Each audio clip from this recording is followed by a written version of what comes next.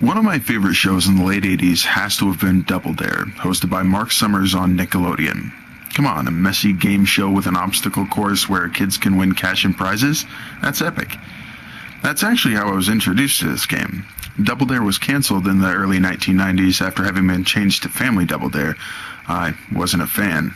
I heard about this NES game, checked it out to see if I could get my Double Dare fix through the game.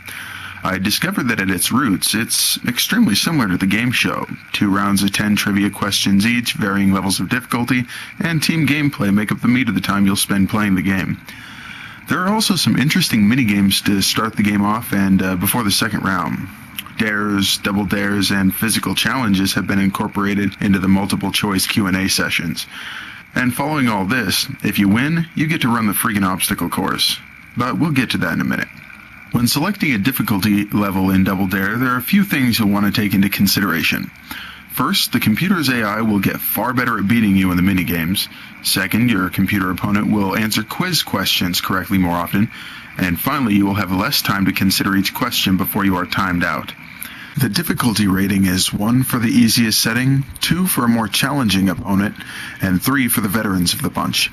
If you select the easiest setting, you will get 20 seconds to choose an answer in the questions portion. You'll have a fair chance at beating your opponent in the minigames, and the computer will miss more questions than they answer correctly for the most part. On the second tier of difficulty, you get 15 seconds per question. The computer is far more likely to answer questions correctly and more skilled in the challenges. At the final level of difficulty, the computer answers almost every question right, is amazingly efficient in the physical challenges, and you will only get 10 seconds to answer each question. It may also be noteworthy that the slider bars in the challenges seem to move faster with each upscaling of the difficulty level. Let's start out by checking out the controls. There are a few things in life that'll prepare you for the speed of the cursor when selecting your character at the beginning of the game. You tap it once, you get a new hairdo, gender, etc. Accidentally hold it for a second or two and the game thinks you want to be all the characters at once. Your control gets decidedly better after selecting your character and moving forward into the game. A great majority of the time you'll spend playing will be selecting answers to the game's multiple choice questions, but the handling control over the character during the challenges, minigames, and the obstacle course at the end can be a bit strange. Alright, I need to step away from the core portion of the game for a moment and move back out to the soundtrack. Here's the title screen's theme song. The music is repetitive, bears little more than a passing resemblance to the theme song for the TV game show, and most of the other sounds are just that, sound effects, not necessarily actual music. I guess it's not the worst I've heard in an NES title, but it isn't exactly awe-inspiring or anything. Oddly enough, though, it sort of fits the gameplay. Speaking of which, let's get back to gameplay. The trivia is the basis for the game show. Regardless of whether you choose the highest or lowest difficulty setting, the questions always seem to be a generous mix of really weird, perfectly normal, super easy, and impossible. I also like the fact that some of the questions refer to some of the more notable happenings of the time. Check this out. Which actor starred as Han Solo in the Star Wars films? Yeah, no problem. Han Solo was played by Harrison Ford. Which president had the nickname Tricky Dick? Tricky Dick.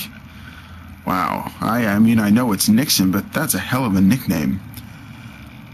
Dr. Robert Jarvik designed the Jarvik 7. What is the Jarvik 7? Yeah, like that. Most of the questions are pretty straightforward, but I was maybe 10 or 11 when I first picked this game up, so Dr. Robert Jarvik wasn't exactly bookmarked in my memory at the time. Let's move on to the minigames. These are slightly reminiscent of challenges that might have been cut from the actual show. Tossing eggs into the waiting mouths of clowns, 3-pin bowling, feeding giant apes, all against your computer opponent. They all boil down to the same thing in general. At the bottom of the screen you can see a speed and angle meter. This seems like a pretty simple setup, right? Hit a button to start the slider moving left into the speed section, you hit the button, it slides right back into the angles section, you hit the button again, and you toss something at something. Kind of like most golf games out there.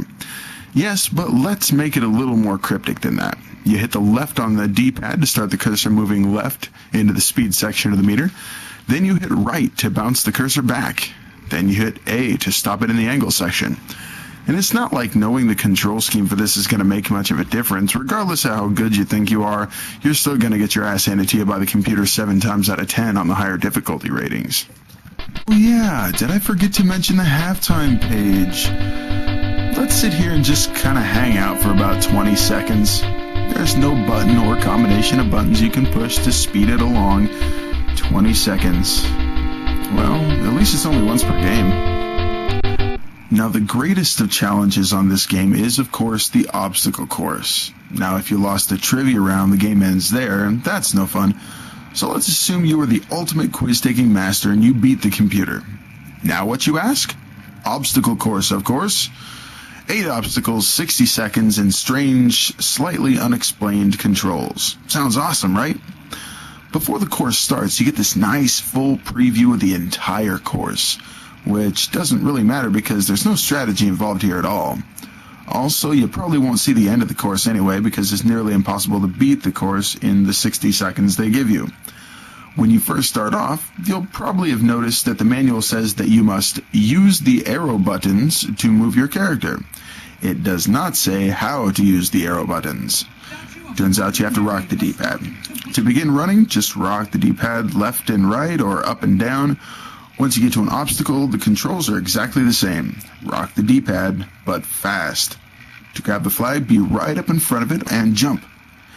If you miss the flag, reposition and try again.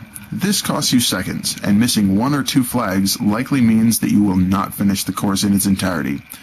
I played this game pretty often during the early 90s, and I don't recall once ever having beaten the obstacle course successfully. Even now, I've been going at it for a while and I haven't fully beaten it. Once you're done, you're gifted with some prizes, and then the credits roll. Man, that is a lot of stampers.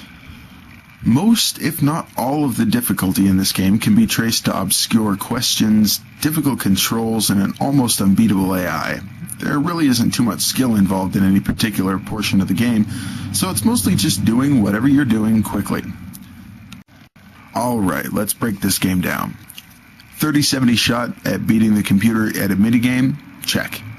Off-the-wall questions, interesting content, and words that are hard to pronounce? Check. One freaky announcer that looks nothing at all like Mark Summers? Nah, check. Unbeatable obstacle course? Also check. To be honest, I like the quiz portion because some of it makes references to 70s and 80s pop culture like the Hollywood Squares, Star Wars, even The Cosby Show. The format is similar enough to the old game show that I actually feel good about the physical challenges and the mini-games, because it really does take a little skill to beat the computer or the timer. The obstacle course, while simplified for the NES game, is nevertheless a challenge. I look forward to actually beating it sometime. When it comes down to it, if you're feeling like a bit of nostalgia would do you good, and Double Dare was your favorite game show of all time, this might suffice. If you can't find joy in that, though, then it'll just be a bunch of cheap trivia and humiliations at the hands of a computer opponent. I double dare you to pick up a copy and play it through.